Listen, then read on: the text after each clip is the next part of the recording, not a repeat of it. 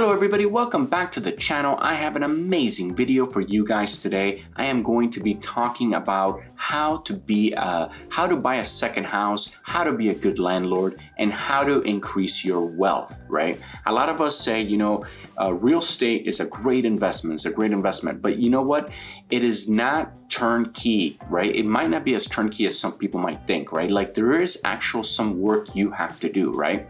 So a lot of people that have the means, they have their house and they like to buy a second house and for rent, right? And that way they could keep their money pretty safe in that investment. Plus the idea is that the renters will eventually pay your mortgage so the house pays for itself. So after 30 years, you basically just have to monitor it and you're gonna not only get your initial investment back, but the loan will most likely be paid in full. So now you're sitting on a property, and then once you start renting it after that, it's all cash, right? So that's kind of like, that's the goal, one would say. Now, it comes with its ups and downs, right? Why? Because renters are fickle, right? Renters could move very quickly, and it's really hard to find someone a family that could stay in your property for 2-3 years. I mean, that's like a unicorn, right? Most likely people are gonna leave, within a year, maybe 2 years if you're lucky. Because remember, people that are renting it's very transitional, right? They're moving from one place to another. Maybe they're looking to save and buy a house, which is what I recommend any renter to do. But as a whole, right, there's a lot of moving parts.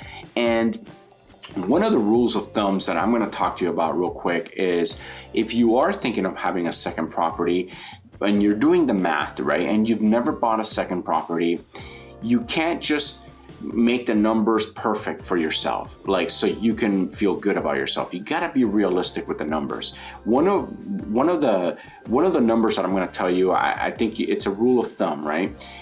If you make sure when you write it, like when you're going to rent it for a whole year, right? That's 12 months, right? But because of the uncertainty of renters, most likely you want to do your math based on 10 months. So make sure that, whatever your rent is, that you're asking for rent, make sure that you can pay all your bills and put a little bit of money, to the side just in case there's repairs. Make sure you could get everything from 10 months. Because if someone comes in, they do a 6-month lease or whatever, and if they leave, you're gonna need a little bit of time to, go back into the house in between renters, maybe change the carpet, maybe fix some things, and then put it on the market and then wait, right? And then you gotta do the interviewing process and whatever. So always give yourself like 10 months, a year of income. Do the math on 10 months. That's gonna really help you out. That's gonna give you that cushion, because a lot of people might say, oh, I'm gonna buy this second house, I'm gonna rent it for 12 months, the rental market is X, Y, this high. Well, you know what, things change, right? So you gotta be able to give yourself cushion, because if you're gonna run your business numbers like at the top, like at the best performing numbers, you might be let down. So just think about that, because it's kind of important. You wanna make sure that you I guess the term is like under promise, right? So like you wanna make sure that you don't set your expectations too high when it comes to the rent. Remember, real estate is a long-term investment, right? You will win when that house is paid off in 30 years, like I said, and you have all that equity, plus now you're renting it all for cash, right? All you have to end up paying is, like I said, maintenance and property taxes. Now let's jump into this interview real quick. This one comes from Forbes. Now guys, if you want a link to this article, I will have it down in the description below. So here's the title: Study, Housing Provides Rent Increase Often Don't Match the Market. So it starts about how, we have this idea of landlords being, like these Scrooges, that these cheap bastards basically that just want to rip off the renters. But the truth is that it's not always like that. I mean, it's very personal, right? Landlords, remember, they love their house. Their house is their investment. The house that they're renting you, if you're a renter, is their investment. Or if you're renting it to someone, I mean, you take a lot of pride on it. So you want to make sure you put good people in your rental. You want to make sure that, they're not going to sit there and just trash the place and then leave. And now you're stuck with, a bunch of repairs, right? You want to, in some ways, you don't want your rental property to be something really, really expensive. You want it to be a starter home, like I would say like a condo, 3-bedroom condo near a good school district is a perfect second house. Why? Because that's the type of people that would rent, right? Someone who, they don't want a big house, right? They don't want a house on the cliff overlooking the ocean, right? That's not going to happen because, that's stupid to rent unless you're some ridiculously rich guy that could just throw money away. But in general, the people that are going to be renting are going to be people, in the more condo area, right? So think about that. Don't, buy a second house that's, millions of dollars or whatever, because you probably would have a hard time renting it. So I read this article, and it's basically saying how that, everything's always moving, and basically every landlord is different. One thing that they do talk about, well, I just want to jump in, is the idea that now we have corporations, rate investment firms buying properties, and that's gonna change things, guys. Single family homes, in my opinion, should be left to families, right? So here are some points that they're talking about. Many owners mention trying to keep rents below the limit vacancy losses and attract and retain. So attract and retain good tenants. So you want to keep your level, what you're asking for rent, a little bit below. That way, you will have the property on the market less time. Because remember, it's your investment. You want to get renters in there quickly, but you want to get good renters. So that's a big deal. It's almost better, to be honest, to like drop your rent a little bit and bring in a good tenant than have, high rent and, maximize every dollar every month, but then you're going to have a lot of uncertainty. You want to keep them there, right? You want to, and there's nothing wrong with, if there is economic downturn, to go ahead and maybe lower the rent. Maybe tell them, hey, I'm going to keep you, I want to keep you here. Now,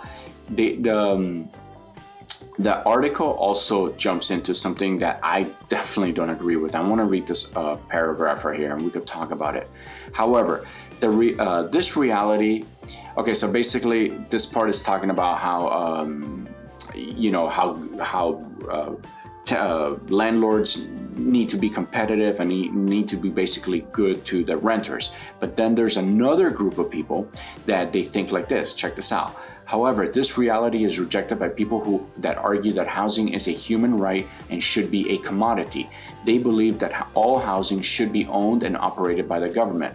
Far from being a negotiation, these advocates argue that the very existence of market in housing is racist, and that negotiations is a way of discrimination against people of color who they suggest housing providers don't want to live in their housing. Housing providers should have a choice in who lives in their property.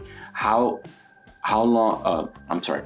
providers shouldn't have a choice of who lives in their property, how long they live there, or what they pay, what they should be paying. Now, I completely disagree with this 1,000%, because I believe that the only way to build wealth in this country is to own properties, and around the world, right? You give housing to the government, and then we're going to basically all be dirt poor. So I don't even see this argument. Now, is there racism? Yes, I do agree that there is racism, but I think that's also changing, right? I think that back in the days, Sure, like if you had a white neighborhood and you know, your real estate would not, the realtor would not sell your house to a black family because the realtor would basically never get to work again, you know?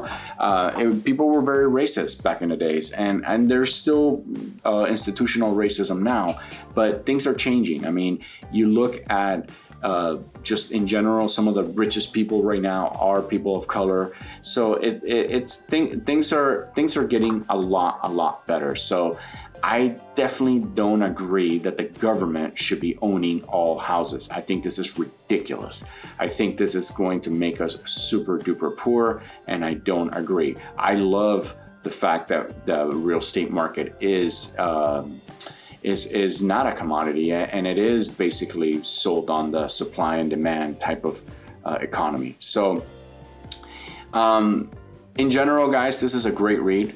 Okay, I've talked a lot. And if you are thinking of buying a second house for investment, I think it's a great idea. Just make sure that you have a little bit of money saved aside in case the pipes burst, in case, you know, it gets complicated, in case you have bad renters, you know, it's not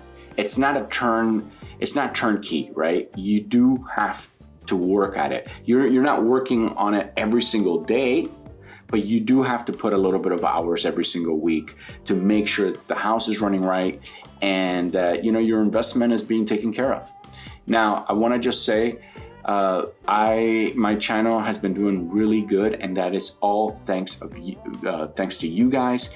You guys have been watching these videos. You guys have been commenting. You guys have been really supporting my channel, and I greatly appreciate it. I am having so much fun doing these videos, and it's great. It's great. Taking a little bit of time every day to do them, and I'm trying to keep you up to date with the latest news. So if you guys do like my videos, don't forget to smash that subscribe button and go ahead and like and leave a comment. Thank you guys so much for watching. I love you guys, and I'll see you on the next video.